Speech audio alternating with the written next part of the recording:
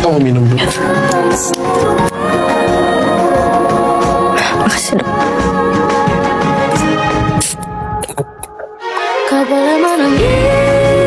Ini bukan aib keluarga. Ini namanya kejahatan. Ini bukan aib keluarga. Kasih tahu dengan pelaku.